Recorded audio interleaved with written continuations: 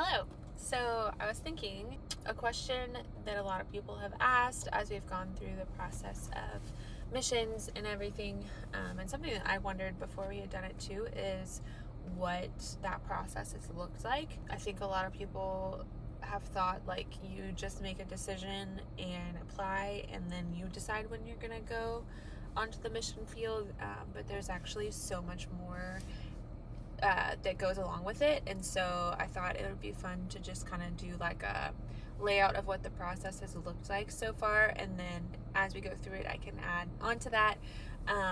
But we started looking into the process for missions at the end of 2022, so now it's September of 2024. So we're going on 2 years now, and we just started the fundraising process a month ago. So for us, it was a really long process. And anything I say, like, this is not the same across the board for everybody. This is just our experience, and also like how the agency that we're using does things. So we talked to a lot of agencies for almost a whole year before we landed on Crossworld, and just when we talked to them, just didn't feel like it was the best fit for us, or we had communication problems, and it was like, okay, I guess they're out. But October, 10 months into looking into different agencies, different locations, all of that, we came across Crossworld, which is a crazy story in of itself. We'll make another video about that, I'm sure. But so we wanted to do a vision trip and asked the team leader in Italy if he would be interested in like helping us do that, and he was all for it. And so we put together a vision trip literally within a month or two and went and visited the team. So that was our first step. We spent a week visiting that team in Sesto Calinde, and then 2 other teams that were within an hour or so. Just getting to know them, to know what they're doing, why they're there, all of their ministry, and just it was just really cool to experience. Long story short, that trip went really well, and we came home and immediately did our application and interviewed with Crossworld, because we felt like that's just really what the Lord had for us, and we could stop looking at that point for agencies. I'll try to put in some clips here of our trip that we took this last December. I have a bunch of random photos and stuff, but it was a great trip. I highly recommend a vision trip to anybody. I don't think it's like make it or break it, but I think it really solidified the calling that the Lord had for us, and helped us like move on to the next step.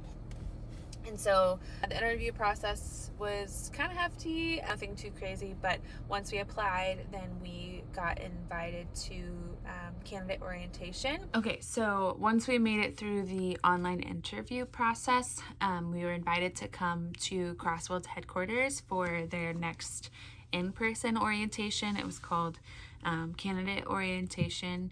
And the process for that is actually changing with Crossworld right now, so this probably isn't accurate anymore. But we went to that in June, so we had to wait like 6 months until that came. And it was a week-long in-person orientation. We brought our whole family. They had childcare, and we had like seminary level discipleship making courses that were really good. We had some pretty intense counseling just to make sure we were healthy enough to be on the field. We had language assessments, culture assessments, some new job orientation type of stuff, like HR stuff. But we made it through, and we're invited to join Crossworld by the end of the week, which was really exciting. And from there, we got home and got to work on our personal development plan. So your personal development plan is a plan that Crossworld makes for you based off of your orientation week. So we each had a book that they recommended that we read separately, and then one book together that was about like creating ministry life balance in the most biblical way. and just some different things to keep track of over the course of the time that we were working on it. And so we're actually finishing that up right now and starting the process of fundraising. And that is the part that is kind of unknown on like how long it will take. So that's our most asked question, is like, when are you going? Like, how long are you going to be here? But it really is all based on fundraising and how quickly or slowly that goes, and how easy the support comes in. And so that's where we'll be for as long as we need to be. We're trying to be diligent, but also not rush the process, and just trust that the Lord's going to bring people when they need to come. And then the next steps while we're working through support raising will be another orientation once we're 50% fundraised. And that will be more like on the ground training. So like how to do taxes and things like that. We'll also have a ministry development plan that we start hopefully soon. That'll be more specific training for Italy and what ministry will look like there. So we're really excited for that. And then we'll have some trainings that happen outside of Crossworld that we're required to do. One for language acquisition and kind of learning how to adapt to a new language well, and then a culture acquisition one as well, and a security training as well. And once we make it through those things, we're fundraised, kind of be cleared to go, I think, which is crazy to think about, but it could be a year from now, it could be a year and a half from now. We're just not sure, and that's part of trusting the Lord and knowing that His timing is going to be perfect. We ideally would love to be there by this coming summer, just what we think would be best for our family and our kids, and starting language school. But hey, if it's not, and we're okay waiting a little bit longer if we need to, but that's our plan. It could change. We try to be really flexible. That's one of the most important parts of this, I think, is remaining flexible and seeing the difference between our timing and what we want, and the Lord's timing and what He has for us. And so that's where we're at. And maybe we'll post an update someday on how it actually ended up working out, but that's where we're at right now.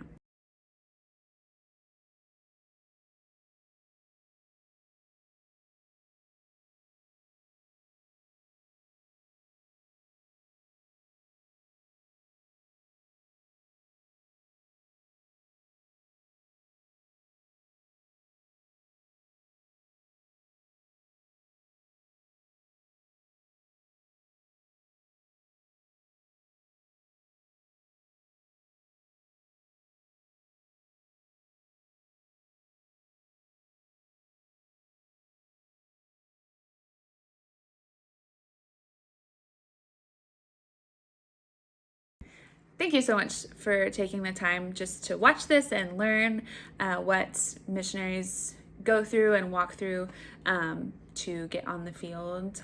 And yeah, if you have any questions, let me know.